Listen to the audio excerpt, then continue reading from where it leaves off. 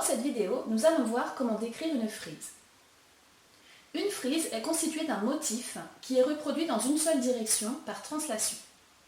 Voici deux exemples de frises. Pour décrire une frise, on repère le motif de la frise. Si c'est un motif minimal, on passe à la suite. Si ce n'est pas un motif minimal, on repère le motif minimal et les transformations du plan qui permettent de passer du motif minimal au motif de la frise. Symétrie, translation, rotation, etc. Puis, on détermine la translation qui permet de construire la frise. Pour la première frise, on repère le motif de la frise, c'est-à-dire quel est le dessin qui se répète plusieurs fois par translation. Ici, c'est la goutte d'eau. Pour savoir si c'est un motif minimal ou pas, on doit bien regarder le motif. On doit regarder si on peut le redécouper en un dessin plus petit, qui serait lui-même répété par symétrie ou rotation par exemple, pour former le motif de la frise.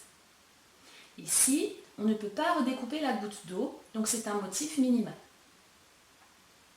Maintenant, avec le motif de la frise, on peut construire la frise. Pour construire la frise, on fait l'image du motif de la frise par des translations. On doit montrer précisément de quelle translation on parle en dessinant une flèche sur la frise. On doit être précis. Pour cela, on repère un point précis sur le premier motif de la frise. Par exemple, ici, la pointe de la goutte. Et on trace la flèche jusqu'au même point du motif suivant. Ici, la flèche va jusqu'à la pointe de la goutte suivante.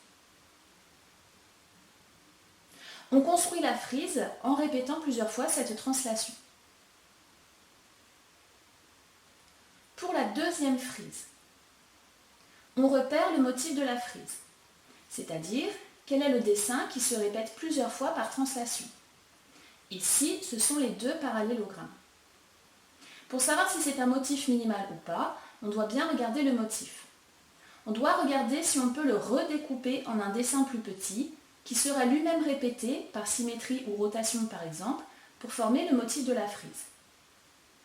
Ici, ce n'est pas un motif minimal, puisqu'on peut redécouper les deux parallélogrammes en un seul parallélogramme. Le motif minimal est donc un parallélogramme. On repère les transformations du plan qui permettent de passer du motif minimal au motif de la frise. Ici, pour construire le motif de la frise, on a fait l'image du motif minimal par une symétrie axiale. On doit montrer précisément de quelle symétrie on parle en dessinant l'axe de symétrie sur le motif de la frise. Maintenant, avec le motif de la frise, on peut construire la frise. Pour construire la frise, on fait l'image du motif de la frise par des translations. On doit montrer précisément de quelle translation on parle en dessinant une flèche sur la frise. On doit être précis. Pour cela, on repère un point précis sur le motif de la frise. Par exemple ici, le sommet en bas à gauche du premier parallélogramme. Et on trace la flèche jusqu'au même point du motif suivant. Ici, la flèche va jusqu'au sommet en bas à gauche du premier parallélogramme du motif suivant. On peut tracer la flèche un peu en dessous pour mieux voir. On construit la frise en répétant plusieurs fois cette translation.